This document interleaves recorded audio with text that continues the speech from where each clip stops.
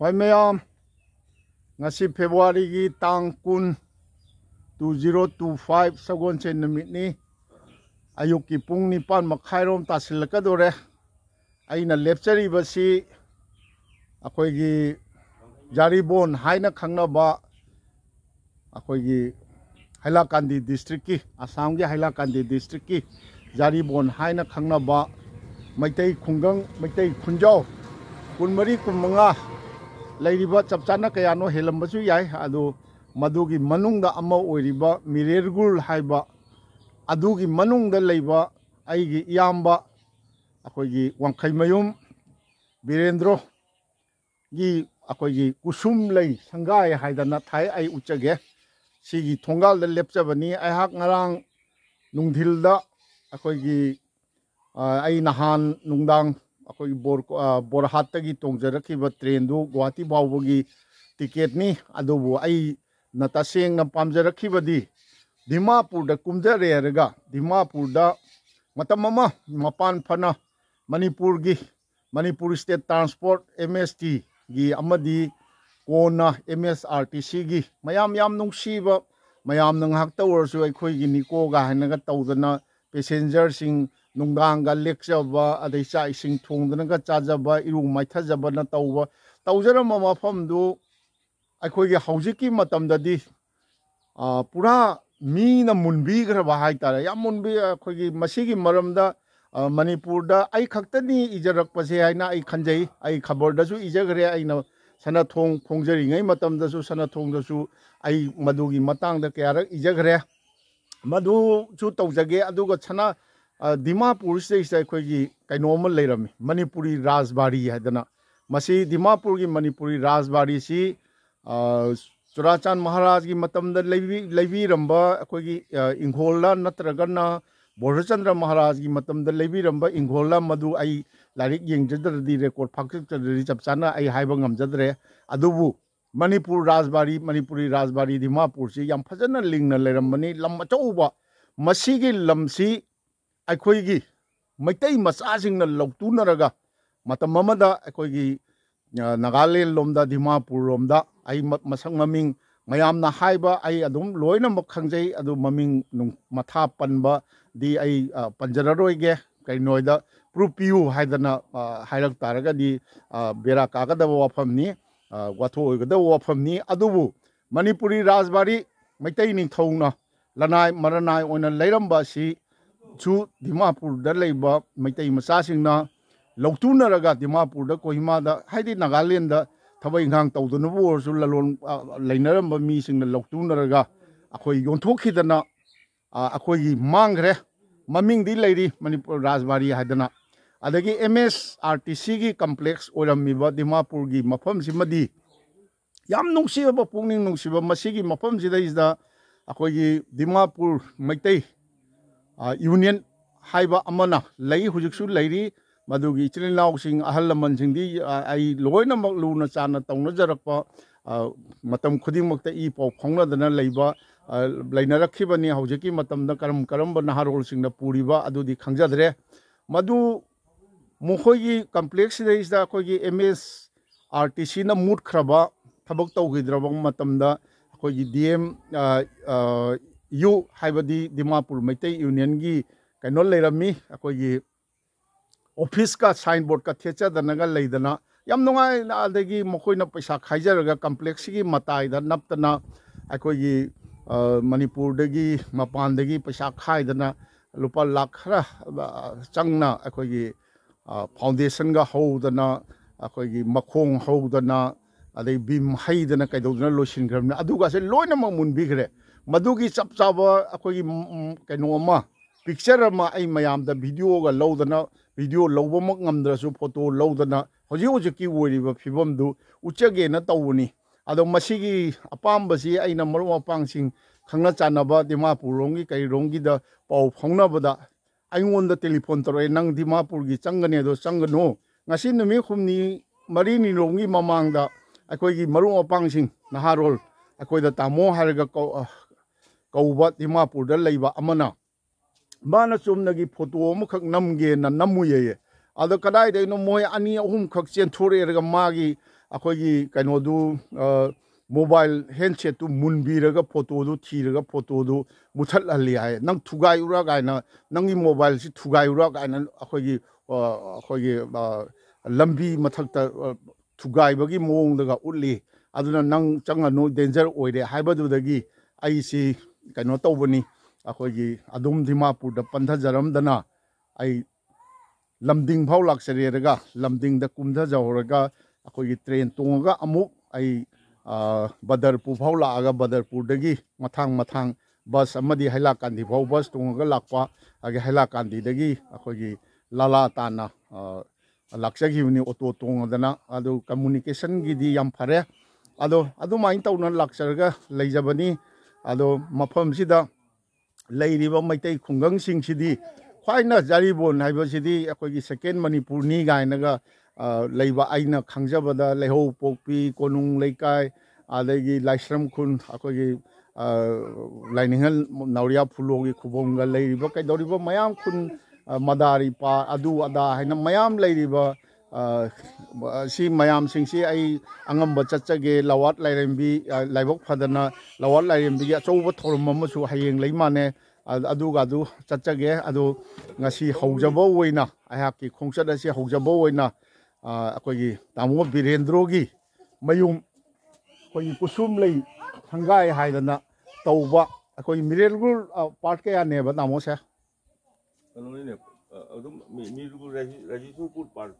Part 4 ꯔꯥꯖꯦꯁꯣꯔꯄꯨꯔꯗꯤ ꯂꯥꯏꯁ꯭ꯔꯝ ꯈꯨꯟ ꯃꯅꯨꯡꯁꯤꯅꯤꯅ ꯑꯩ ꯃꯁꯤꯒꯤ ꯆꯥꯎꯔꯥꯛꯄ ꯈꯨꯟꯁꯤꯒꯤ ꯃꯁꯛ ꯎꯠꯆꯒꯦ ꯑꯩꯒꯤ ꯇꯥꯃꯣ ꯕꯤꯔꯦꯟꯗ꯭ꯔꯣꯅꯤ ꯃꯥꯁꯤ ꯍꯧꯖꯤꯛꯇ ꯃꯁꯥꯒꯤ ꯆꯍꯤ 63 ꯆꯪꯉꯛꯑꯕ ꯑꯗꯣ ꯑꯁꯥꯝ ꯏꯂꯦꯛꯇ꯭ꯔꯤꯁꯤꯇꯤꯒꯤ ꯗꯤꯄꯥꯔꯠꯃꯦꯟꯠꯀꯤ ꯑꯦꯁꯤꯁꯇꯦꯟ ꯏꯟꯖꯤꯅꯤꯌꯥꯔ ꯑꯣꯏꯅ ꯊꯕꯛꯇꯒꯤ ꯔꯤꯇꯤꯌꯥꯔ ꯇꯧꯕꯅꯤ ꯃꯌꯥꯝ ꯁꯣꯝꯗ ꯂꯩꯕ ꯑꯩꯈꯣꯏꯒꯤ ꯖꯥꯔꯤꯕꯣꯟꯒꯤ ꯍꯩꯂꯥꯀꯥꯟꯗꯤꯒꯤ ꯀꯁꯥꯔꯒꯤ ꯃꯌꯥꯝꯅꯗꯤ ꯑꯗꯨꯝ ꯁꯛꯈꯪꯕꯤꯕꯅꯤ ꯀꯁꯥꯔꯒꯤ ꯀꯩꯅꯣꯁꯤ ꯀꯁꯥꯔ ꯍꯥꯏꯅ ꯄꯨꯟꯅ ꯀꯁꯥꯔ ꯂꯩꯕꯥꯛ ꯃꯩꯇꯩꯅꯗꯤ ꯃꯃꯥꯡꯉꯩ ꯀꯁꯥꯔ ꯂꯩꯕꯥꯛ ꯍꯥꯏꯕ ꯀꯁꯥꯔꯒꯤ ꯂꯝꯗꯝꯁꯤ ꯑꯃꯠꯇ ꯑꯣꯏꯅ ꯂꯩꯔꯝꯕꯗꯒꯤ 1985ꯇꯒꯤꯔ ꯗꯤꯁꯇ꯭ꯔꯤꯛ 3 ꯈꯥꯏꯗꯣꯛꯈ꯭ꯔꯤꯖꯥ ꯑꯗꯨꯗꯒꯤ ꯑꯩꯈꯣꯏꯒꯤ ꯍꯩꯂꯥꯀꯥꯟꯗꯤ ꯀꯁꯥꯔ ꯑꯗꯩ ꯀꯔꯤꯝꯒꯟꯖ ꯍꯥꯏꯅ ꯈꯥꯏꯗꯣꯛꯈꯤꯕꯅꯤ ꯇꯥꯃꯣꯒꯤ ꯌꯨꯝꯁꯦ ꯇꯥꯃꯣꯕꯨ ꯄꯣꯛꯄꯤꯔꯝꯕ ꯏꯃꯥꯒꯤ ꯃꯃꯤꯡ ꯂꯧꯔꯒ ꯀꯨꯁꯨꯝꯂꯩ ꯁꯪꯒꯥꯏ ꯍꯥꯏꯗꯅ ꯂꯩ ꯐꯖꯅ ꯊꯥꯔꯝꯕꯅꯤ ꯑꯗꯣ ꯍꯟꯗꯛꯇ ꯏꯀꯨꯏ ꯀꯨꯏꯈꯤꯗ꯭ꯔꯤ ꯊꯥ ꯐꯥꯔꯕ꯭ꯔꯥ ꯏꯇꯩꯃ ꯂꯩꯈꯤꯗ꯭ꯔꯤꯖꯥ ꯅꯕꯦꯝꯕꯔꯗ ꯍꯧꯈꯤꯕ ꯅꯕꯦꯝꯕꯔ ꯊꯥꯗ ꯏꯇꯩꯃ ꯂꯩꯈꯤꯗꯕꯅꯤ ꯃꯇꯝ ꯀꯨꯏꯅ ꯏꯇꯩꯃꯁꯨ ꯑꯣꯖꯥ ꯑꯣꯏꯔꯝꯗꯥꯏ ꯑꯩ ꯇꯥꯃꯣꯒꯤ ꯃꯆꯥꯅꯨꯄꯥ 2 ꯄꯣꯛꯏ ꯑꯅꯤꯃꯛꯇ ꯑꯩ ꯂꯨꯍꯣꯡꯕ ꯂꯥꯛꯇꯅ ꯌꯥꯎꯖꯈꯤ ꯇꯥꯃꯣꯁꯨ ꯑꯩꯒꯤ ꯏꯆꯥꯅꯨꯄꯥ ꯑꯃꯈꯛ ꯌꯥꯎꯖꯕꯒꯤ ꯂꯨꯍꯣꯡꯕ ꯏꯝꯐꯥꯜꯗꯒ ꯂꯥꯛꯄꯤ ꯑꯩ ꯇꯥꯃꯣꯒꯤꯗꯤ ꯑꯩꯅ ꯂꯩꯖꯔꯤꯕꯅ ꯊꯨꯡꯖꯔꯤꯕꯅ ꯌꯥꯝꯅ ꯐꯃꯨꯡ ꯑꯄꯥꯛꯄ 2 ꯊꯥꯅ ꯒꯦꯁ ꯔꯨꯝꯅꯤ ꯇꯥꯃꯣꯒꯤ ꯁꯤꯗꯩꯁꯤꯗ ꯑꯩ ꯂꯩꯖꯔꯤꯕꯅꯤ ꯆꯥꯏꯔꯤꯕ ꯐꯤꯔꯣꯟꯁꯤꯡꯁꯤ ꯑꯩꯒꯤ ꯉꯥꯛꯇꯅꯤ ꯑꯩ ꯉꯔꯥꯡꯗꯒꯤ ꯈꯔ ꯐꯤ ꯃꯇꯝ ꯁꯥꯡꯅ ꯂꯦꯞꯇꯅ ꯆꯠꯂꯛꯄꯒꯤ ꯀꯩꯅꯣ ꯇꯧꯔꯦ ꯑꯩꯈꯣꯏꯒꯤ ꯐꯤꯔꯣꯟꯒ ꯈꯔ ꯁꯨꯗꯣꯛ ꯆꯥꯝꯊꯣꯛꯇꯅꯒ ꯐ꯭ꯔꯦꯁ ꯑꯣꯏꯒꯦꯅ ꯇꯧꯖꯕꯅꯤ ꯑꯗ ꯉꯁꯤꯁꯤ ꯂꯦꯝꯅꯗꯤ ꯃꯥꯡꯍꯜꯂꯔꯣꯏꯒꯦꯗꯅ ꯇꯧꯖꯔꯤꯕꯅꯤ ꯑꯗꯣ ꯑꯩ ꯈꯨꯟꯁꯤ ꯃꯤꯔꯦꯜꯒꯨꯜ ꯍꯥꯏꯁꯤ ꯅꯣꯏ ꯉꯝꯃꯨ ꯍꯥꯏꯕ꯭ꯔꯣ ꯃꯤꯔꯤꯜꯒꯨꯜ ꯍꯥꯟꯅ ꯀꯩꯅꯣ ꯑꯣꯏꯔꯝꯕ ꯃꯤꯔꯤꯜꯒꯨꯜ ꯍꯥꯏꯔꯝꯃꯦꯅꯀꯣ ꯁꯣꯝꯗ ꯂꯩꯁꯤꯜꯂꯛꯎꯅꯦ ꯍꯥꯟꯅ ꯍꯧꯖꯤꯛ ꯃꯃꯥꯡꯉꯩꯗ ꯃꯤꯔꯤꯜꯒꯨꯜ ꯍꯥꯏꯔꯤꯕ ꯈꯨꯟꯁꯤ ꯑꯍꯟꯁꯤꯡꯅ ꯍꯥꯏꯔꯝꯃꯦꯕ ꯀꯣꯂꯣꯝꯄꯣꯛꯄꯤ ꯍꯥꯏꯅ ꯍꯥꯏꯔꯝꯃꯦ ꯑꯗꯣ ꯃꯤꯔꯦꯜꯒꯨꯜ ꯀꯃꯥꯏ ꯀꯣꯂꯣꯝꯄꯣꯛꯄꯤ ꯍꯥꯏꯁꯤ ꯑꯩꯈꯣꯏꯁꯤ ꯂꯧꯕꯨꯛꯁꯤ ꯀꯩꯅꯣ ꯎꯆꯦꯛ ꯋꯥꯌꯥꯁꯨ ꯌꯥꯝ ꯇꯥꯜꯂꯝꯕ ꯑꯩꯈꯣꯏꯒꯤ ꯀꯩꯅꯣꯒꯨꯝꯕ ꯄꯣꯡꯒꯨꯝꯕ ꯃꯌꯥꯝ ꯍꯧꯗ꯭ꯔꯦꯅꯦ ꯑꯗꯨꯒꯤ ꯃꯇꯨꯡꯗꯒꯤ ꯃꯤꯔꯤꯜꯒꯨꯜ ꯍꯥꯏꯅ ꯃꯤꯔꯤꯜꯒꯨꯜ ꯍꯥꯏꯕꯗꯤ ꯀꯩꯅꯣꯅꯤ ꯕꯪꯒ꯭ꯂꯥꯗ ꯍꯥꯏꯔꯒ ꯄꯥꯠꯀꯨꯝꯕ ꯂꯩꯔꯝꯕ ꯑꯗꯣ ꯅꯣꯏꯒꯤ ꯀꯩꯅꯣ ꯅꯣꯏꯅ ꯈꯪꯉꯛꯄꯗ ꯂꯝꯕꯤꯁꯤ ꯀꯃꯥꯏꯅ ꯇꯧꯔꯝꯒꯦ ꯂꯝꯕꯤ ꯌꯥꯝ ꯊꯤꯅ ꯐꯠꯂꯝꯗꯦꯗ ꯂꯝꯕꯤꯒ ꯂꯩꯔꯝ ꯄꯣꯟꯗꯦꯗ ꯑꯩꯈꯣꯏ ꯏꯃꯥ ꯍꯣꯏꯅ ꯍꯥꯟꯅ ꯀꯩꯅꯣꯒ ꯐꯧꯒ ꯁꯨꯔꯒ ꯑꯗꯨꯝ ꯀꯩꯅꯣ ꯇꯧꯔꯝꯃꯤꯗꯅ ꯑꯗꯨꯒꯤ ꯀꯔꯕꯥꯔ ꯇꯧꯔꯝꯃꯤꯅꯀꯣ ꯌꯥꯝ ꯋꯥꯔꯝꯃꯦꯕ ꯑꯗꯨ ꯍꯧꯖꯤꯛꯇꯤ ꯌꯥꯝ ꯗꯤꯕꯂꯞ ꯑꯣꯏꯔꯦ ꯍꯥꯏꯕ ꯇꯥꯔꯦꯀꯣ ꯍꯣꯏꯅꯦ ꯇꯥꯃꯣ ꯕꯤꯔꯦꯟꯗ꯭ꯔꯣꯒꯤ ꯃꯥꯒꯤ ꯏꯁꯄꯦꯁꯤꯌꯦꯂꯤꯇꯤ ꯑꯃꯅ ꯇꯥꯃꯣ ꯕꯤꯔꯦꯟꯗ꯭ꯔꯣꯁꯤ ꯀꯩꯅꯣ ꯑꯩꯈꯣꯏꯒꯤ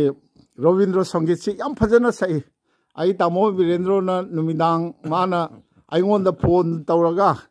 ꯇꯦꯂꯤꯐꯣꯟꯗ ꯏꯁꯩ ꯔꯣꯕꯤꯟꯗ꯭ꯔ ꯁꯪꯒꯤꯠ ꯁꯨꯝ ꯇꯥꯍꯜꯂꯛꯄꯗ ꯑꯩ ꯔꯣꯕꯤꯟꯗ꯭ꯔ ꯁꯪꯒꯤꯠ ꯑꯃ ꯑꯅꯤ ꯆꯤꯟꯐꯥ ꯄꯨꯖꯕꯅꯤ ꯑꯗꯨꯃꯥꯏꯅ ꯇꯧꯅ ꯇꯥꯃꯣꯒꯤ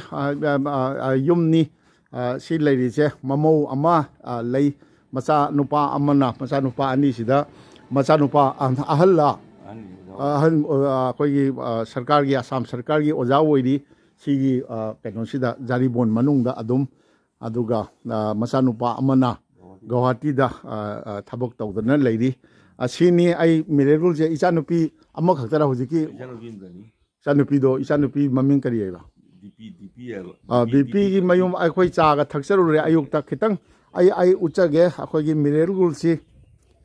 ꯃꯤꯔꯦꯔꯒꯨꯜꯁꯤ ꯑꯩꯅ ꯂꯦꯞꯆꯔꯤꯕꯁꯤꯗꯒꯤ ꯅꯨꯃꯤꯠꯁꯤ ꯑꯣꯏꯔꯣꯝꯗ ꯊꯣꯛꯑꯦ ꯅꯣꯡꯄꯣꯛ ꯑꯣꯏꯅꯤ ꯑꯗꯒꯤ ꯌꯦꯠꯇ ꯀꯩꯅꯣꯔꯣ ꯅꯠꯇꯦꯅꯦ ꯁꯨꯃꯥꯏꯅ ꯂꯦꯞꯄꯦ ꯅꯣꯡꯄꯣꯛ ꯅꯣꯡꯆꯨꯞꯅꯦꯕ ꯁꯤꯒꯤ ꯂꯝꯕꯤꯁꯦ ꯅꯣꯡꯄꯣꯛ ꯅꯣꯡꯆꯨꯞ ꯆꯠꯂꯦ ꯅꯣꯡꯄꯣꯛ ꯑꯣꯏꯇꯥꯔꯗꯤ ꯁꯣꯝꯒꯤ ꯂꯧꯕꯨꯛ ꯂꯝꯍꯥꯡ ꯑꯃ ꯂꯩ ꯂꯧꯕꯨꯛ ꯂꯝꯍꯥꯡꯁꯤ ꯃꯤꯔꯦꯔꯒꯨꯜꯗ ꯂꯩꯔꯤꯕ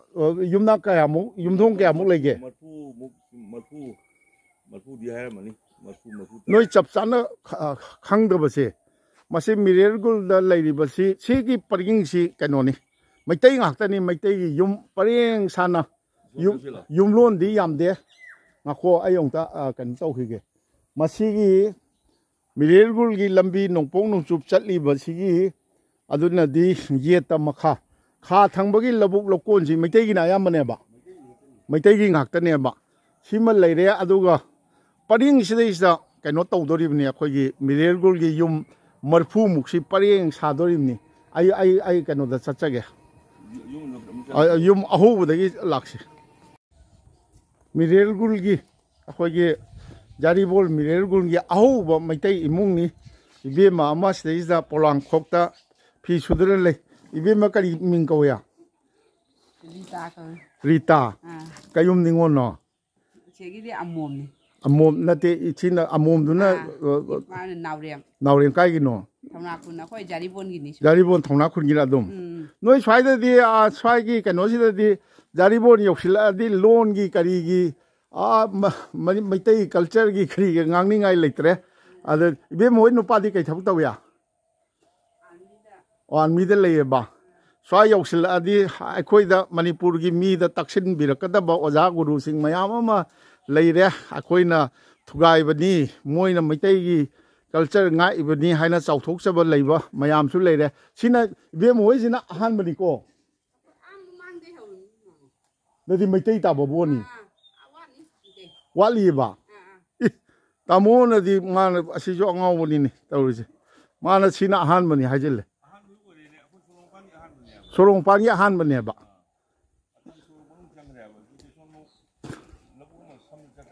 होय होय होय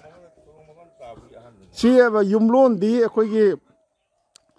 नोपों नोचुप चलिबा लंबी सिगी मिरेरगुल मैतै खुंजिगी कैनोदी युमलोन अममम खक्ता उरमानिने युमलोंदे अमममनी अदो असोंगी अवांग थंबदसु लबुक लमहांग अमा खल्लगा मुस्लिम सिंगी खुन लेखरे अद सिना अनि सुब युम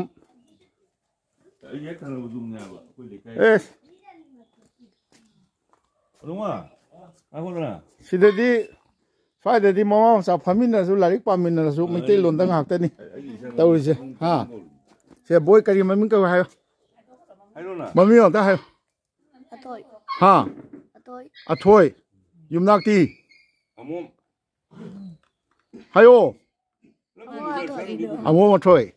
स्वाइददी मैतै लोन ngang का हाइबगी कैनो लेत्रे सिता हाँ ए canoe लोखोरिब्रो O असिगी लबुकसी असिगी चखिबो कयम लापि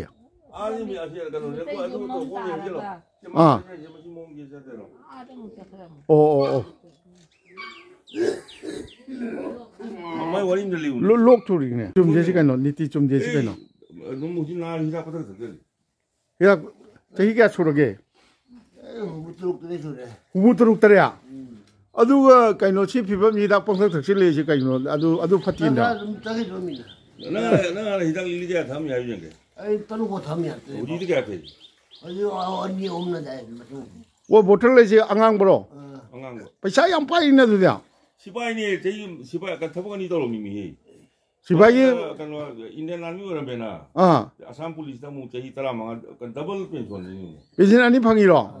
pension gi paisa sing gi bottle hujik so ahum pung kya de gi kya ba thai ba bunga 하우러니. huje hor ne ba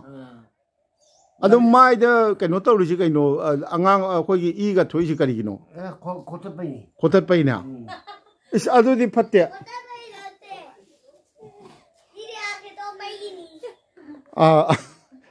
cái đâu thang nó khế li ba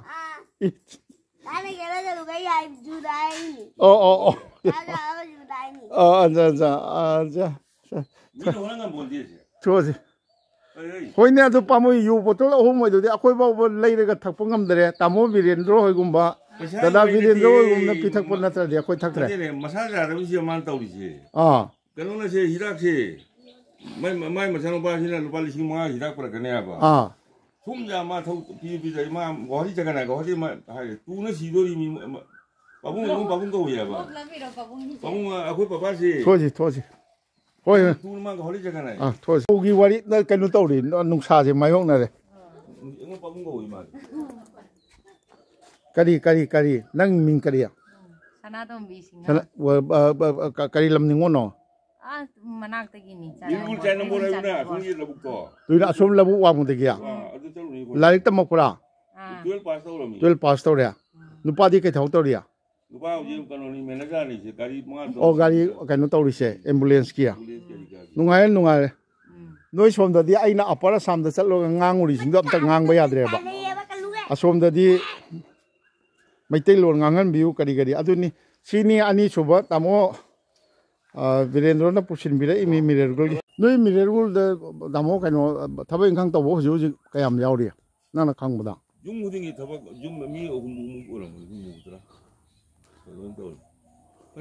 sibai khan ba Papajan tahu ni, semua cina lah. nga khuni kalai da no nangi yum le nangi yum di yare ma da yam nuk sibam na kusum lei sangai tamo virendra gi sangai se ma yam chaung na kaino toromi ma ai maitai ni no ta im ni ga na tawraga ima gi maming da tawbase yam nuk siba hana da gi hongna Kai boleh kain tahu. yum lei yu mathang sakani na si maitai pareng marphu momo ye adai da noi gi yam nungai ta bam na yum chap chana si ju maitai yum ni sangoi thongnau jong gi kaino ni thongnau jong gi yum ni changsira jaribon mirergul gi thongnau jong gi kaino ni yum ni ingkhon nung ni yum ani le sida bema hai mai ma mi ka do to ro ching gi hingon sangoi yam chawi sangoi bu chaw di ka sarong gi ka sa jari bo rong gi di kari nami ayo amania singa nania chon no jelo na class ya tamya pa no yum nakti yum nakari no kai ton to ache noi jari bon da baw noi ba angang da yum nakari no ba da adu di silale ba noi yum nakari no ba noi sida baw khangdra di jari bon da baw yum na angang da yum nakari no ha ba khangandra di noi loi re Moron lo kofri. Mapa ni. jaha phar chunu Kolkata Delhi le ramba. mapale re ira Ini salah. Semua English itu tam. English sama sini. indom cha namo virendra gi indom cha ama thole ye aswai da yare da aina changage o indom chao ai imphal gi ne indom chai chahi kya surage Kena jam lagi ani tawa. cham de ani ta e ba adu di marfu tara ni pa nei duni na ha chida adum le ra bra hek horok pa de gya chida adum le ra bro lấy sida dum lei re o o indom cha ji akoi gi na kara ta thi re aduna wari sabadi nuai wari sabadi yam nungai ga da ba sahi marfu dara ni pan churi ai na marfu maya jawra mi marfu ni pan hai ba o adu di kaino do indom cha na cham dai ani ta ba du di lali ne adu da marfu ni pan ai te nai o inau gi ming ai mi ibungo ton gauri ibungo ton thano jam ne kai thabai ngang di kai tor gi tabak army retire ne e sei ge thar service tor ga jai kunwa thoi tor kulma thoi tor ga adu hujik ti ai jumda dum le jumda mi adu pension phang mani na kai su ga te ne pension wangi lau su bai le ngani lai adu kai nom di to phai na ha yam oi bu mal sei ge sur ge na sahi yangkai ga ma thoi chale es adu di yam yari ye akoi di humudra chang mi humudra da net li mi huje adu phai nuai as inom cha ga wari sana di noi sai gi mamang ai dengi suri ngai gi kwa ha tawri ngai wari sa di yam nuai ga dam ni hayo kakado khara nganna legi daba ade legi daga inom cha sina macang pi ohunga legi macang pa si mana jok lei me ba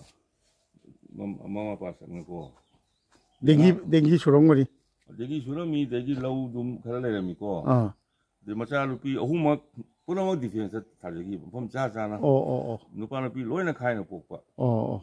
hujik ti ma hujik kaino hai do nuai na le re ta hoi jiti dum kain ta nuai dum lei sin sa sim mathang se kwa gi ga di uchar roi ge kwa di jari bon di kwa yam phai ne jari bon di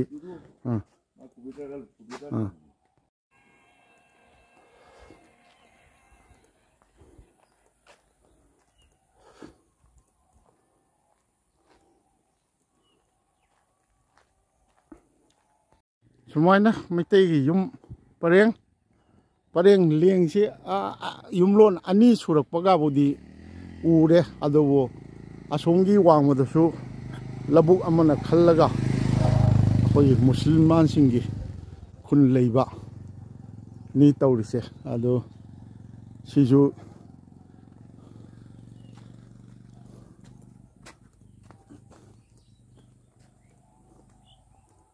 hingu sidi tamo birendro gi machanupi ongi du sida natro sigi se oi ngasa yu lamba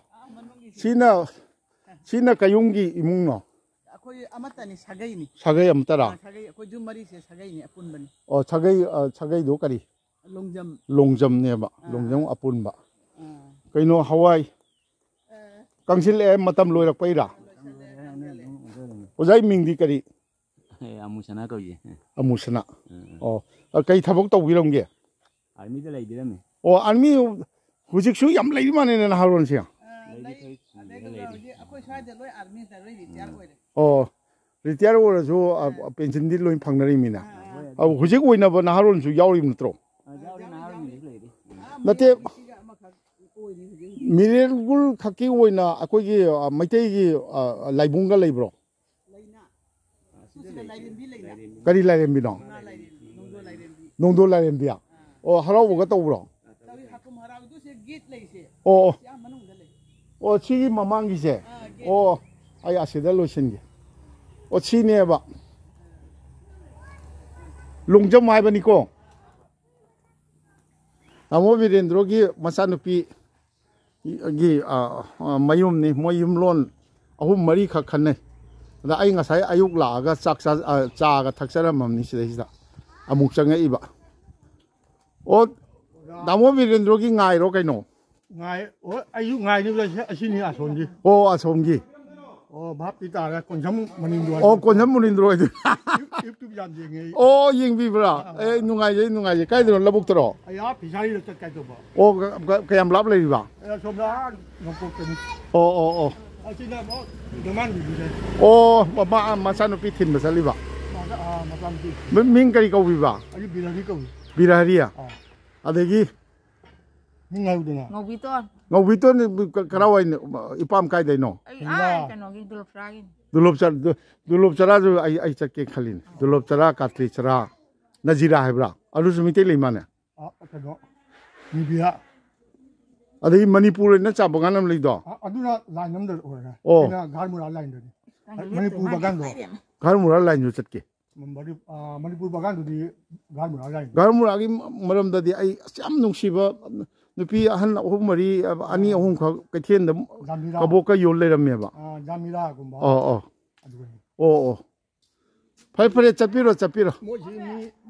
ꯃꯆꯥꯅꯨꯄꯤ ꯂꯩꯔꯝꯒꯅꯤ ꯑꯣ ꯂꯩ DP ꯂꯩꯔꯁꯨ ꯌꯥꯔꯦ ꯂꯩꯇ꯭ꯔꯁꯨ ꯌꯥꯔꯦꯗ ꯁꯤꯅ ꯗꯤꯄꯤꯒꯤ ꯃꯆꯦꯔꯥ ꯍꯥ ꯃꯅꯦꯝꯂꯣ ꯃꯆꯦ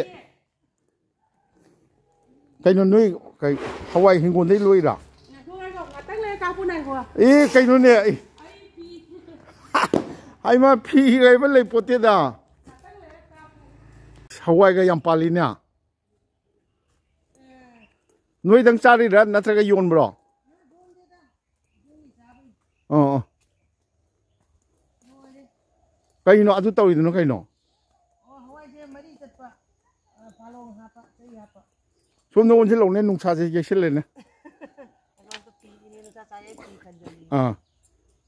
ꯏꯆꯦ ꯉꯁꯥꯏ ꯍꯥꯏꯖꯍꯧꯗ꯭रे ꯑꯄꯔ ꯑꯁꯥꯝꯗ ꯑꯩꯅ ꯉꯔꯥꯡ ꯅꯍꯥꯟ ꯂꯩꯖꯕꯗꯨꯒ ꯁ꯭ꯋꯥꯏꯒꯗꯤ ꯌꯥꯝ ꯊꯤꯅ ꯈꯦꯠꯅꯔꯦꯗꯤ ꯑꯥꯗꯗꯤ ꯐꯨꯔꯤꯠ ꯑꯊꯥꯕ ꯃꯔꯣꯟ ꯂꯤꯠꯇ꯭ꯔꯗꯤ ꯀꯩꯅꯣ ꯇꯧꯏ ꯏꯪꯉꯤ ꯑꯗꯨꯅ ꯑꯩꯒꯤ ꯑꯁ ꯕꯦꯛ ꯆꯥꯎꯁꯤꯗ ꯅꯝꯕ ꯌꯥꯕ ꯁ꯭ꯂꯤꯞꯄꯤꯡ ꯕꯦꯒꯇꯒꯤ ꯁꯤꯗꯤ ꯏꯪꯗ꯭ꯔꯦ ꯍꯧꯖꯤꯛ ꯑꯩ ꯑꯌꯨꯛ ꯄꯨꯡ 9 ꯇꯥꯔꯛꯄꯁꯤꯗꯩꯁꯤꯗ ꯍꯨꯃꯥꯡꯅ ꯑꯃꯨꯛꯇꯣꯏꯅ ꯁꯤ ꯇꯥꯃꯣ ꯕꯤꯔꯦꯟꯗ꯭ꯔꯣꯒꯤ ꯌꯥꯝ ꯑꯉꯥꯡ ꯑꯣꯏꯅ ꯆꯦꯟꯈꯤ ꯍꯥꯏꯗꯅ ꯃꯥꯅ ꯍꯧꯖꯤꯛꯐꯥꯎ ꯋꯥꯔꯤ ꯂꯤꯔꯤꯕ ꯗꯤꯄꯤ ꯁꯦ ꯗꯤꯄꯤꯀꯥꯗ ꯗꯤꯄꯤ ꯍꯥꯏꯔꯕ ꯑꯗꯨꯅꯤ ꯃꯣꯏꯒꯤ ꯃꯌꯨꯝꯅꯤ ꯏꯆꯥꯁꯦ ꯀꯩꯅꯣ ꯇꯧꯔꯝꯃꯤ ꯍꯤꯡꯒꯣꯜ ꯃꯣꯏꯒꯤꯁꯨ ꯌꯥꯝ ꯅꯨꯡꯉꯥꯏꯅ ꯅꯪ ꯅꯣꯏꯒꯤ ꯏꯃꯥ ꯅꯨꯄꯥꯗꯣ ꯀꯩꯅꯣ ꯇꯧꯋꯦꯗꯥꯏ ꯁꯤꯕꯥꯏ ꯑꯥꯔꯃꯤꯗ ꯂꯩꯌꯦꯗꯥꯏ ꯍꯧꯖꯤꯛ ꯂꯩꯕ꯭ꯔꯣ ꯌꯨꯝꯗ ꯑꯣ ꯍꯧꯖꯤꯛ ꯊꯣꯛꯈꯤꯕꯗꯣ ꯁꯨꯇꯤ ꯊꯣꯛꯂꯛꯏꯔꯥ ꯀꯩꯅꯣ ꯃꯥꯁꯨ ꯔꯤꯇꯥꯌꯔ ꯇꯧꯔꯕꯣ ꯑꯣ ꯅꯣꯏ ꯁꯤ ꯍꯋꯥꯏꯁꯤ ꯀꯩꯅꯣꯗꯩ ꯅꯣꯏ ꯍꯤꯡꯒꯣꯜꯒꯤꯔꯣ ꯑꯩꯈꯣꯏ ꯍꯤꯡꯒꯣꯜꯒꯤꯅꯤ ꯑꯁꯤꯅ ꯑꯩꯈꯣꯏ ꯇꯣꯉꯥꯟ ꯆꯥꯔꯦ ꯍꯥꯏꯕ ꯁꯤꯅ ꯏꯆꯦ ꯃꯣꯏꯒꯤꯅꯤ ꯑꯩꯈꯣꯏꯅ ꯑꯗꯨ ꯑꯣꯏꯔꯁꯨ ꯍꯤꯡꯒꯣꯜꯒꯤꯅꯦꯕ ꯍꯤꯡꯒꯣꯜ ꯖꯨꯝꯒꯤ ꯍꯤꯡꯒꯣꯜ ꯖꯣꯟꯗꯦꯗ ꯑꯩꯈꯣꯏ ꯖꯨꯝꯒꯤ ꯆꯥꯕꯒꯤ ꯅꯣꯏ ꯁꯨꯝ ꯆꯥꯕꯒꯤ ꯆꯍꯤꯒꯤ ꯆꯥꯅ ꯑꯩꯁꯨ ꯐꯧꯗ꯭ꯔꯤ ꯁꯤꯅ ꯖꯥꯏꯉꯪꯁꯦ ꯖꯨꯝꯒꯤꯅꯤꯁꯦ ꯆꯍꯤ ꯌꯣꯜꯂꯤꯃꯤ ꯖꯥꯏꯉꯪꯁꯤꯗꯤ ꯌꯥꯏꯉꯪꯗꯤ ꯌꯣꯜꯂꯦꯕ ꯉꯁꯤ ꯍꯌꯦꯡ ꯇꯧꯗꯣꯏꯅꯤ ꯃꯤ ꯃꯌꯥꯝ ꯗꯤꯃꯥꯟ ꯇꯧꯔꯦ ꯃꯤꯜꯗ ꯇꯩꯔꯥ ꯃꯤꯜꯗ ꯒꯂꯥꯗ ꯃꯤꯜ ꯑꯆꯧꯕꯗ ꯑꯣ ꯀꯦꯖꯤ ꯑꯗꯨꯝ 10 ꯃꯌꯥ ꯐꯪꯉꯦꯕ ꯑꯣ ꯀ꯭ꯋꯥꯗꯤ ꯌꯣꯟꯗ꯭ꯔꯥ ꯀ꯭ꯋꯥꯗꯤ ꯌꯣꯟꯗ꯭ꯔꯥ ꯀ꯭ꯋꯥ ꯄꯥꯟꯗꯦ ꯀꯨꯝꯁꯤ ꯅꯠꯇꯦ ꯄꯥꯜꯂꯗꯤ ꯌꯣꯟꯕ꯭ꯔꯥꯕ ꯍꯥꯟꯅꯗꯤ ꯌꯣꯜꯂꯤ ꯑꯗꯣ ꯍꯟꯗꯛꯇꯤ ꯍꯪꯒꯟꯅ ꯂꯩꯔꯤ ꯄꯥꯟꯗꯗꯅ ꯑꯣ ꯀꯩꯒꯤꯅꯣ ꯀ꯭ꯋꯥꯁꯤ ꯈꯪꯗꯦ ꯍꯥꯟꯅꯗꯤ ꯆꯍꯤ ꯈꯨꯗꯤꯡꯒꯤ ꯄꯥꯜꯂꯝꯃꯤ ꯀꯔꯤ ꯍꯥꯏꯌꯦ ꯃꯥꯏ ꯃꯃꯤꯡꯗꯣ ꯄꯨꯄꯨ ꯈꯪꯅꯔꯗꯥꯏꯅꯤ ꯅꯪꯕꯣ ꯄ꯭ꯔꯤꯇꯤ ꯁꯣꯝꯗ ꯄꯨꯄꯨꯗ ꯌꯦꯡꯉꯨꯔꯥꯎꯅ ꯑꯩꯈꯣꯏꯒꯤ ꯗꯤꯄꯤꯀꯥꯒꯤ ꯃꯆꯦ ꯊꯣꯛꯂꯛꯑꯦ ꯁꯣꯝꯗ ꯂꯦꯞꯄꯨ ꯅꯨꯡꯁꯥꯁꯦ ꯁꯣꯝꯗꯒꯤ ꯅꯪꯅ ꯀꯔꯤ ꯃꯤꯡ ꯀꯧꯔꯤꯕ ꯑꯩꯅ ꯑꯣꯖꯤꯇꯥ ꯀꯧꯏ ꯑꯗꯨꯗ ꯅꯪ ꯏꯄꯥꯝꯗꯤ ꯏꯄꯥꯝ ꯂꯩꯍꯧꯄꯣꯛꯄꯤꯗ ꯂꯩꯍꯧꯄꯣꯛꯄꯤꯗꯤ ꯇꯥꯃꯣ ꯅꯟꯗꯀꯨꯃꯥꯔ ꯍꯣꯏꯒꯤ ꯀꯩꯅꯣꯗꯣ ꯑꯣ ꯑꯩꯈꯣꯏꯒꯤ ꯀꯩꯅꯣ ꯍꯣꯏꯒꯤ ꯅꯤꯡꯍꯥꯏꯕ ꯍꯣꯏꯒꯤ ꯀꯩꯅꯣꯗꯣ ꯑꯣ ꯐꯖꯕꯤ ꯍꯣꯏꯒꯤ ꯅꯣꯏ ꯅꯨꯄꯥꯗꯤ ꯀꯩ ꯊꯕꯛ ꯇꯧꯏ ꯍꯣꯏ ꯅꯨꯄꯥ ꯏꯌꯥꯔꯇꯦꯜ ꯑꯣꯐꯤꯁꯇ ꯁꯨꯏꯌꯥ ꯐꯩ ꯅꯣꯏ ꯁ꯭ꯋꯥꯏꯗꯗꯤ ꯑꯉꯥꯡꯁꯤꯡꯒ ꯅꯣꯏ ꯌꯨꯝꯗ ꯑꯗꯨꯝ ꯃꯩꯇꯩꯂꯣꯟꯗ ꯑꯗꯨꯝ ꯉꯥꯡꯅꯩꯅꯦ ꯑꯩꯈꯣꯏ ꯃꯩꯇꯩꯂꯣꯟ ꯉꯥꯛꯇꯅꯤꯅꯦ ꯑꯗꯨꯅꯤ ꯑꯩꯅ ꯀꯩꯅꯣ ꯐꯦꯁꯕꯨꯛꯇ reels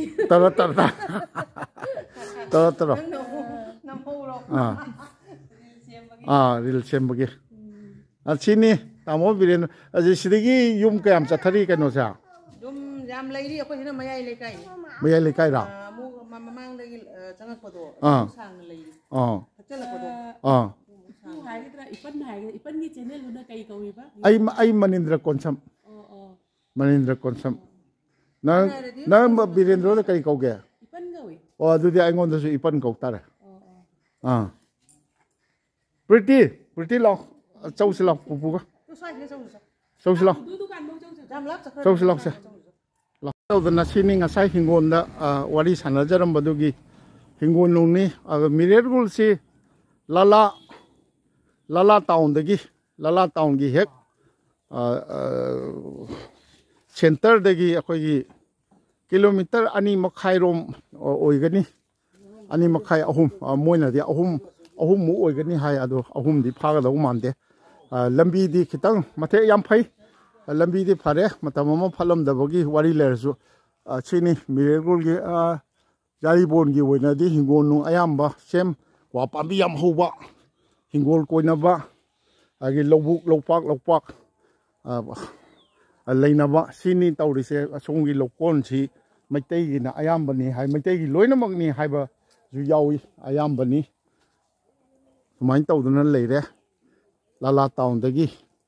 chumdring amuk laaga amuk mathek ka di amuk anirak thek para kilometer ahum lom isam samnaba sida mangda uri lechin thabana udabani mangda akogi kano leire lala town leire sumain tawna gate ka phajana sanaraga higo nungsi sumain tawna yumsu yam phajana si maitai ngaktani sidai dukan ama leiye dukan du baw sacharaga tai loi thumna changdaga su yum lei kai yam nungai yaibi marang kaina songi maikai da laktaraga di akogi kasar Jaribon akhoi haibadi haila kandi lamdam sidi yam nungai yai fana yam lingna lai so hinaba thaba inghang tawnaba karbar chaungna tawnaba mayang ngaktana leire seisda dukan ama leire dukan sida changjaraga songi nongchuk maikai gi si ai losinjage aduga makoigi laibung ama nongdo lairembi gi ama lei aduda Mirergul saktak chabasi yumsi yam chongna sangoi ga chawe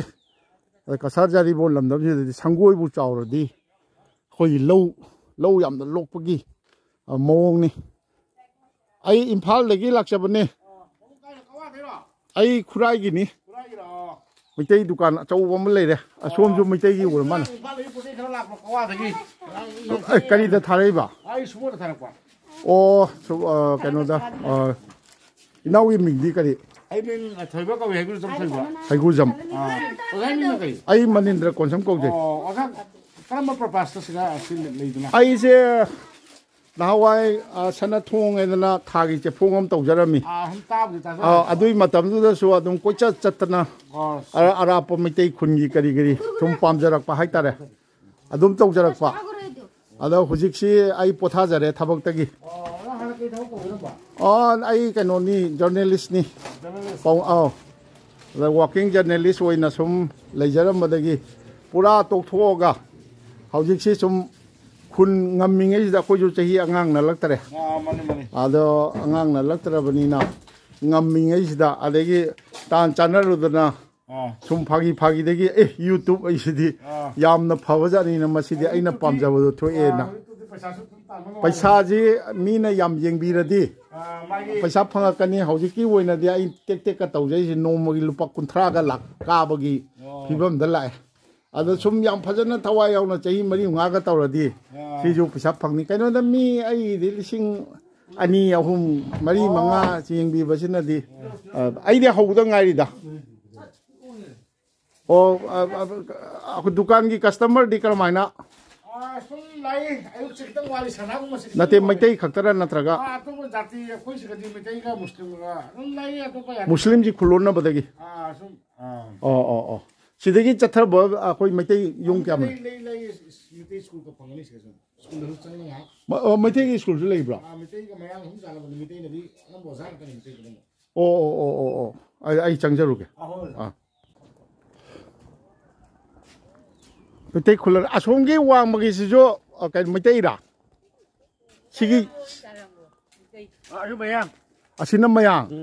adudi o sidai di Mirergul sijo hek choro wang da mayang ta ba hore ne adu da o kayungi yumno sibo si akoi khunda konjamni ha konjam nalubaki naluba konjam lo tamo Binod Bihari ho gya moi kan ja babu hoiga dati mui kangbura ba anate babu kangu o ai ju konjam ni nya ka betragira ai di ko imphal gi ni imphal khurai gi ni ado konjam ni bo ha di adum pangnung da nungsi jaba mi ni jaha wora su o school ke am lapi ge school अमतंग चंजरंगे मैतई ओजा जिंगनसु नम्याय स्वाइदैदी सोरोकी अखोगी नोंपोक नोंचुप चंगइबा मिरेलुगी चंगिबा लंबी सिगी कनो मखा थंगबा सरुकी अमुक मिटोपकी कनो ताबा yum ताबा हौरे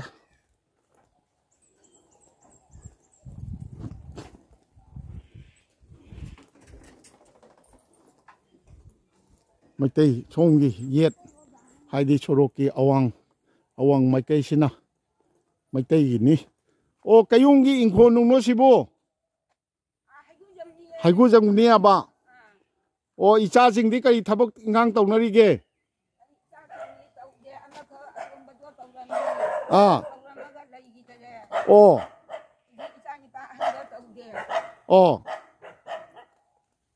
अस क्वागादी याम थारीने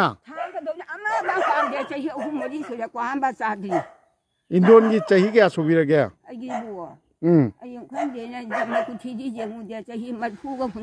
ओ अच्छा अच्छा ओ ओ ओ ओ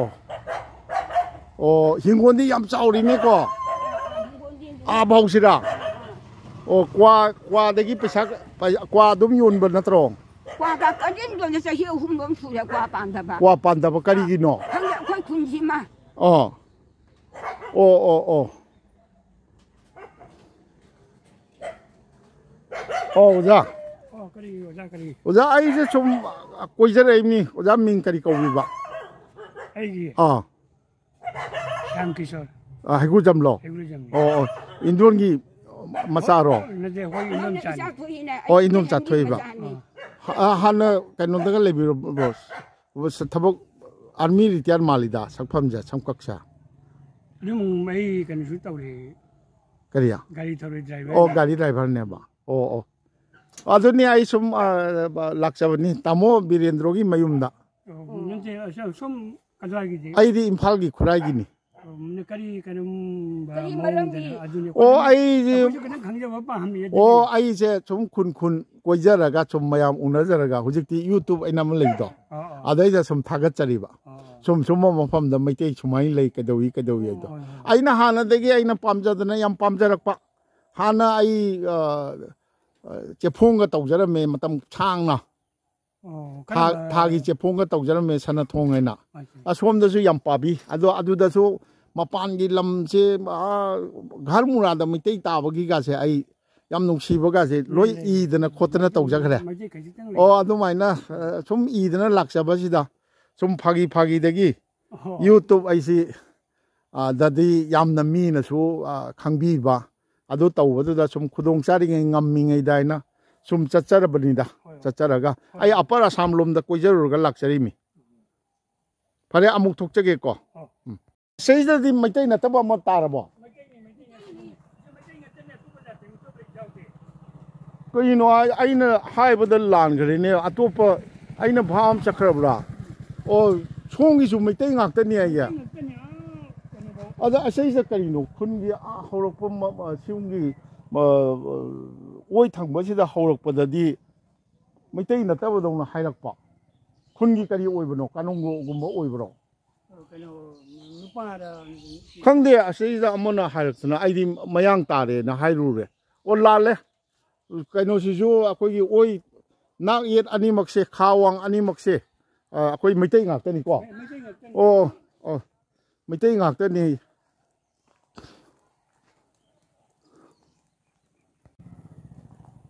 मैतैगी युमनी सिजो मैतैगी युमनी को कयुंगी युमनो सा बेमा हाँ असेंगी नेमा नो स्कूल के वाली बेमा जी कॉलेज का कइनो ओ ओ सिदा लेरे स्कूल सी 89 नंबर बैकुंठ पास साला मिरेरगुल लाइदना लेरे मैतै ओजा मयाम अमा लैये मयांगा अखोगी बंगाली सिंगा पुन्ना तमिनबनी सिगी जैदा नोंचुप पांगना अमुक खरा चथगरगा असिना अखोई मिरेरगुल नोंचुप लेकाय मनिंग लेकाय चिंगबा असिदासु मैतै yung खरा लेरि हाये अदु आई मदु यौनदी चचररोइगे आदा सिदा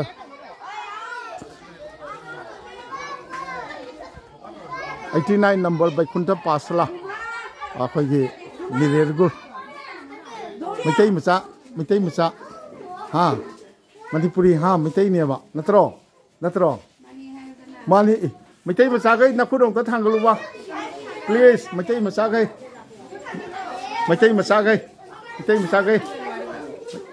गई मखुद फजना ओ मोई असेंबली हौदोगी तौ लेरमे अइना लाइबा मतमसे सी लोरगा मितई मचासिंग मखुद थांगतपी मितई मचा याम यावरी सिनी ओजासिंगनी आई मसी असेंबली लोरगा आई ओजासिंग उनाजगे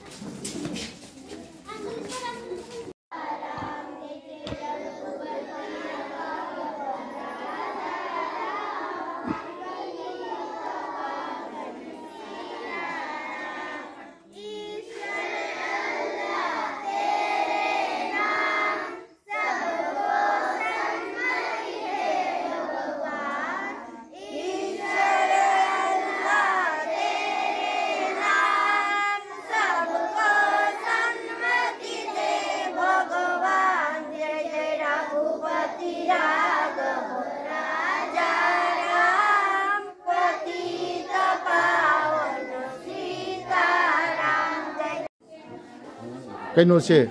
ꯃꯅꯤꯄꯨꯔꯤꯁꯦ ꯑꯁꯥꯝꯗ ꯑꯩꯈꯣꯏꯒꯤ ꯑꯣꯐꯤꯁꯤꯌꯦꯜ ꯂꯦꯡꯒ꯭ꯋꯦꯖ ꯑꯣꯏꯔꯦꯗꯅ ꯑꯗꯣ ꯍꯥꯟꯅ ꯀꯩꯅꯣꯗꯤ ꯃꯤꯔꯦꯜꯒꯨꯜꯒꯤ ꯑꯣꯏꯅ ꯃꯅꯤꯄꯨꯔꯤ ꯃꯤꯗꯤꯌꯝꯒꯤ ꯁ꯭ꯀꯨꯜ ꯂꯩꯔꯝꯕ꯭ꯔꯣ ꯂꯩꯔꯝꯃꯤ ꯃꯨꯠꯈ꯭ꯔꯕꯅꯦꯕ ꯑꯗꯣ ꯁꯥꯇ꯭ꯔꯗꯤ ꯂꯩꯇ꯭ꯔꯕ ꯑꯗꯣ ꯑꯣꯖꯥꯁꯨ ꯂꯩꯇ꯭ꯔꯦ ꯑꯣꯖꯥꯗꯤ ꯃꯩꯇꯩ ꯉꯥꯛꯇꯅꯤ ꯃꯅꯤꯄꯨꯔꯤ ꯉꯥꯛꯇꯅꯤ ꯑꯌꯥꯝꯕ ꯕꯦꯡꯒꯣꯂꯤꯁꯨ ꯃꯅꯤꯄꯨꯔꯤꯁꯨ ꯑꯗꯨꯝ ꯑꯩꯈꯣꯏꯅ ꯑꯗꯨꯝ ꯁꯤꯒꯤ ꯁ꯭ꯀꯨꯜꯁꯤꯃꯛꯂꯣ ꯑꯣ ꯂꯦꯡꯒ꯭ꯋꯦꯖ ꯑꯅꯤ ꯂꯩꯕ ꯁ꯭ꯀꯨꯜꯅꯦꯕ ꯃꯩꯇꯩ ꯑꯣꯖꯥ ꯀꯌꯥ ꯌꯥꯎꯔꯤꯒꯦ ꯁꯤꯗ ꯇꯔꯨꯛ ꯕꯦꯡꯒꯣꯂꯤ ꯑꯃ ꯌꯥꯎꯔꯦ ꯑꯣꯖꯥ ꯄꯨꯟꯅ ꯇꯔꯨꯛ ꯂꯩꯕꯁꯤꯗ ꯇꯔꯦꯠ ꯂꯩꯕꯗ ꯇꯔꯨꯛꯅ ꯀꯩꯅꯣꯅꯦꯕ ꯃꯩꯇꯩꯅꯦꯕ ꯑꯗꯨꯒ ꯁꯥꯇ꯭ꯔꯅ ꯕꯪꯒꯥꯂꯤꯅ ꯌꯥꯝꯕ ꯕꯪꯒꯥꯂꯤꯗꯤ ꯌꯥꯝꯃꯦ ꯑꯩꯈꯣꯏ ꯃꯩꯇꯩꯒꯤꯗꯤ ꯌꯥꯝꯗꯦ ꯕꯪꯒꯥꯂꯤꯁꯤꯗ ꯃꯨꯁꯜꯃꯥꯟꯅ ꯑꯃꯨꯛ ꯍꯦꯜꯂꯤꯕ꯭ꯔꯥ ꯀꯃꯥꯏꯅ ꯇꯧꯋꯤ ꯃꯣꯏ ꯉꯥꯛꯇꯅꯦꯕ ꯁꯤ ꯑꯦꯔꯤꯌꯥꯁꯦ ꯃꯨꯁꯂꯤꯝꯒ ꯃꯩꯇꯩꯒ ꯂꯩꯕ ꯑꯦꯔꯤꯌꯥꯅꯦꯕ ꯃꯣꯏꯅ ꯀꯣꯏꯁꯤꯜꯂꯛꯑꯦꯅꯦꯀꯣ ꯀꯩꯗꯧꯅꯤ ꯂꯥꯁꯇ ꯃꯣꯏꯅ ꯄꯥꯟꯕꯒꯤ ꯑꯗꯨꯝ ꯃꯑꯣꯡꯁꯦ ꯑꯗꯨꯝ ꯎꯔꯦꯅꯦ ꯑꯩ ꯑꯣꯖꯥꯅꯤꯁꯦ ꯀꯩꯅꯣ ꯇꯧꯋꯤꯗ ꯇꯥꯃꯣ ꯕꯤꯔꯦꯟꯗ꯭ꯔꯣꯒꯤ ꯃꯆꯥꯅꯨꯄꯤ ꯑꯃꯁꯤꯗ ꯃꯌꯨꯝ ꯄꯥꯜꯂꯤꯅꯦ ꯃꯥꯒ ꯃꯁꯛ ꯍꯥꯏꯐꯦꯠ ꯃꯥꯟꯅꯩꯅꯦ ꯑꯩꯗꯤ ꯃꯥꯕꯨ ꯑꯣꯏꯔꯕꯣꯏꯅ ꯏꯉꯪ ꯉꯧꯔꯦ ꯗꯤꯄꯤꯀꯥꯗꯣ ꯑꯗꯨ ꯂꯥꯏꯁꯪ ꯀꯣꯟꯗꯩꯗꯤ ꯀꯩꯗ ꯂꯥꯛꯄꯤꯔꯤꯅꯣ ꯑꯩꯗꯤ ꯑꯁꯤꯒꯩꯁꯤꯒ ꯊꯣꯡꯉꯛꯑꯦ ꯑꯣ ꯁꯤꯗ ꯑꯁꯤꯒꯩꯁꯤꯒ ꯂꯩꯔꯕ ꯃꯤꯔꯦꯜꯒꯨꯜꯗ ꯃꯦꯜꯒꯨꯜꯗ ꯄꯨꯔꯥ ꯁꯦꯇꯜ ꯑꯣꯏꯅ ꯑꯗꯨꯝ ꯁꯥꯔ ꯂꯩ ꯐꯩꯅꯦ ꯑꯣꯖꯥ ꯍꯣꯏꯒꯤ ꯑꯣꯖꯥꯗꯤ ꯀꯔꯤ ꯊꯕꯛ ꯇꯧꯕ ꯃꯥ ꯑꯥꯔꯃꯤꯗ ꯂꯩꯔꯝꯃꯦ ꯑꯥꯔꯃꯤ ꯌꯥꯝ ꯂꯩꯔꯝꯃꯤꯅꯦꯀꯣ ꯁꯤꯗ ꯑꯣꯖꯥ ꯑꯃ ꯂꯩꯕꯁꯨꯗꯣ ꯀꯩꯅꯣꯔꯥ ꯃꯣꯏꯁꯦ ꯅꯍꯥꯔꯣꯟꯅꯤꯅ ꯈꯔꯁꯦ ꯃꯣꯏꯁꯦ ꯅꯨꯡꯉꯥꯏꯕꯤꯌꯣ ꯂꯩꯁꯥꯕꯤꯔꯣ ꯀꯩꯅꯣ ꯅꯍꯥꯟ ꯑꯩ ꯂꯩꯉꯥ ꯃꯧꯔ ꯂꯩꯁꯥꯕꯤꯔꯕ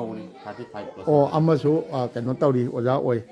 ꯑꯗꯨꯗꯤ ꯅꯨꯡꯉꯥꯏꯖꯔꯦ ꯑꯣꯖꯥ ꯍꯣꯏ ꯎꯅꯖꯕ ꯑꯩ ꯀꯔꯤ ꯃꯣꯏ ꯀꯔꯤ ꯅꯣꯡꯗꯣ ꯂꯥꯏꯔꯦꯝꯕꯤ ꯍꯥꯏꯕ꯭ꯔꯣ ꯂꯥꯏꯒꯤ ꯃꯤꯔꯦꯜꯒꯨꯜꯒꯤ ꯂꯩꯁꯥ ꯅꯣꯡꯗꯣ ꯂꯥꯏꯔꯦꯝꯕꯤ ꯑꯗꯣ ꯆꯪꯉꯒ ꯃꯤꯔꯦꯜꯒꯨꯜꯒꯤ ꯂꯣꯏꯁꯤꯟꯖꯒꯦ ꯒꯤ ꯑꯣꯏꯅ ꯂꯩꯔꯤꯕ ꯂꯥꯏꯀꯣꯟꯁꯤ ꯁꯤꯗ ꯂꯩꯔꯦ ꯑꯩ ꯃꯅꯨꯡ ꯆꯪꯖꯒꯦ ꯃꯤꯔꯦꯜꯒꯨꯜꯒꯤ ꯅꯣꯡꯗꯣ ꯂꯥꯏꯔꯦꯝꯕꯤ ꯍꯥꯏ ꯃꯣꯏ ꯑꯝꯇ ꯊꯦꯠ ꯈꯣꯠꯇꯅꯗꯤ ꯇꯧꯗꯦ ꯑꯗꯣ ꯃꯅꯨꯡꯗ ꯑꯩ ꯃꯅꯨꯡ ꯆꯪꯖꯔꯔꯣꯏ ꯂꯥꯏꯀꯣꯟ ꯑꯃ ꯂꯩꯔꯦ ꯃꯁꯤꯗ ꯉꯁꯤꯒꯤ ꯑꯩꯅ ꯃꯤꯔꯦꯜꯒꯨꯜ ꯖꯥꯔꯤꯕꯣꯟ ꯍꯩꯂꯥꯀꯥꯟꯗꯤ ꯃꯅꯨꯡꯒꯤ ꯖꯥꯔꯤꯕꯣꯟ ꯍꯥꯏꯔꯒ ꯈꯪꯅꯕ ꯃꯩꯇꯩ ꯂꯩꯕꯥꯛ ꯑꯅꯤꯁꯨꯕ ꯃꯅꯤꯄꯨꯔꯅꯤ ꯀꯥꯏꯅꯁꯨ ꯑꯣꯏꯕꯒꯤ ꯆꯥꯎꯊꯣꯛꯆꯕꯒꯁꯨ ꯂꯩꯕꯃꯛꯁꯨ ꯌꯥꯕ ꯑꯩꯈꯣꯏꯒꯤ ꯃꯩꯇꯩ ꯅꯤꯡꯊꯧ ꯀꯣꯅꯨꯡ ꯂꯤꯡꯗꯅ ꯄꯥꯜꯂꯝꯕ ꯖꯥꯔꯤꯕꯣꯟꯒꯤ ꯃꯅꯨꯡꯗ ꯂꯩꯔꯤꯕ ꯃꯩꯇꯩ ꯈꯨꯡꯒꯪꯁꯤꯡꯒꯤ ꯃꯅꯨꯡꯗ ꯑꯃ ꯑꯣꯏꯔꯤꯕ ꯃꯤꯔꯦꯜꯒꯨꯜ ꯂꯥꯛꯄꯒꯤ ꯑꯩꯒꯤ ꯄꯥꯎꯗꯝꯁꯤ ꯑꯩ ꯃꯇꯥꯡꯁꯤꯗ ꯂꯣꯏꯁꯤꯟꯖꯅꯕ ꯇꯧꯖꯒꯦ ꯑꯗꯣ ꯑꯁꯦꯡꯕꯗꯤ ꯑꯩꯈꯣꯏꯒꯤ ꯑꯞꯄꯔ ꯑꯁꯥꯝꯗ ꯆꯠꯅꯤꯡꯕ ꯑꯩꯅ ꯆꯠꯆꯅꯤꯡꯕ ꯃꯐꯝꯁꯤ ꯌꯥꯝ ꯂꯩꯈ꯭ꯔꯦ ꯑꯩꯈꯣꯏꯒꯤ ꯇꯤꯇꯥꯕꯣꯔ ꯃꯣꯔꯥꯟ ꯑꯗꯒꯤ ꯁꯗꯤꯌꯥꯅꯆꯤꯡꯕ ꯑꯗꯨꯝ ꯃꯆꯥꯏ ꯑꯗꯒꯤ ꯑꯩꯈꯣꯏꯒꯤ ꯇꯦꯖꯄꯨꯔꯒꯤ ꯑꯩꯈꯣꯏꯒꯤ ꯕꯤꯁ꯭ꯋꯅꯥꯊ ꯆꯔꯥꯂꯤ ꯍꯥꯏꯕꯅꯆꯤꯡꯕ ꯃꯐꯝ ꯅꯍꯥꯔ ꯀꯇꯤꯌꯥ ꯅꯥꯝꯔꯨꯞ ꯃꯩꯇꯩꯁꯦ ꯆꯥꯏꯅ ꯂꯩꯕ ꯃꯐꯝ ꯑꯃꯗ ꯏꯁꯇꯦꯁꯟ ꯇꯧꯔꯒ ꯑꯩꯈꯣꯏꯒꯤ ꯀꯩꯅꯣ ꯇꯧꯕ ꯉꯝꯗꯕ ꯆꯠꯄ ꯉꯝꯗꯕ ꯑꯗꯨꯒ ꯁ꯭ꯋꯥꯏꯗ ꯂꯩꯔꯤꯕ ꯑꯀꯣꯏꯕꯗ ꯂꯩꯔꯤꯕ ꯈꯨꯟꯁꯤꯡꯁꯤꯗꯤ ꯇꯥꯃꯣ ꯕꯤꯔꯦꯟꯗ꯭ꯔꯣꯒꯤ ꯃꯌꯨꯝꯗ ꯑꯩ ꯌꯨꯝꯗ ꯂꯩꯕꯗꯧꯅ ꯅꯨꯃꯤꯠ ꯅꯤꯅꯤ ꯍꯨꯝꯅꯤ ꯂꯩꯊꯔꯒ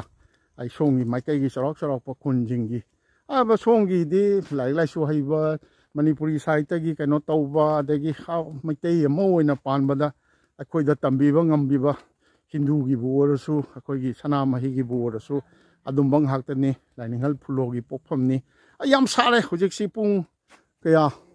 10 ꯇꯥꯗ꯭ꯔꯤ ꯑꯗꯨ ꯌꯥꯝ ꯁꯥꯕꯗꯣ ꯍꯨꯃꯥꯡ ꯑꯣꯔꯣ ꯇꯥꯕꯖꯥꯠꯅꯤ ꯑꯩꯈꯣꯏ ꯇꯤ ꯁꯥꯔꯠ ꯑꯃꯈꯛ ꯂꯤꯠꯆꯔꯒ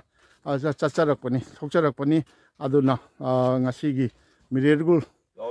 ꯗ ꯈ꯭ꯋꯥꯏꯕꯨ ꯁꯛꯇꯥꯛꯆꯕꯒꯤ ꯀꯩꯅꯣꯁꯤ ꯇꯥꯃꯣ ꯕꯤꯔꯦꯟꯗ꯭ꯔꯣꯅ ꯑꯃꯨꯛꯇꯣꯏꯅ ꯆꯠꯂꯁꯦꯗꯅ ꯑꯃꯨꯛꯇꯣꯏꯅ ꯉꯁꯥꯏꯗꯒꯤ ꯉꯔꯪ ꯇꯤꯡ ꯂꯩꯔꯕꯅꯤ ꯑꯗꯣ ꯑꯩ ꯂꯣꯏꯁꯤꯟꯖꯒꯦ ꯇꯥꯕꯤꯔꯤꯕ ꯌꯦꯡꯕꯤꯔꯤꯕ ꯈ꯭ꯋꯥꯏꯕꯨ ꯃꯍꯧꯁꯥꯡꯒꯨꯝ ꯁꯅꯊꯣꯡꯒꯤ ꯃꯅꯦꯟꯗ꯭ꯔ ꯀꯣꯟꯁꯝ ꯑꯩꯍꯥꯛꯅ ꯑꯩꯈꯣꯏꯒꯤ ꯖꯥꯔꯤꯕꯣꯟꯒꯤ ꯑꯩꯈꯣꯏꯒꯤ ꯃꯤꯔꯦꯜꯒꯨꯜꯗꯒꯤ ꯑꯃꯨꯛꯀꯁꯨ ꯍꯟꯅ ꯅꯣꯜꯂꯨꯛꯆꯔꯤ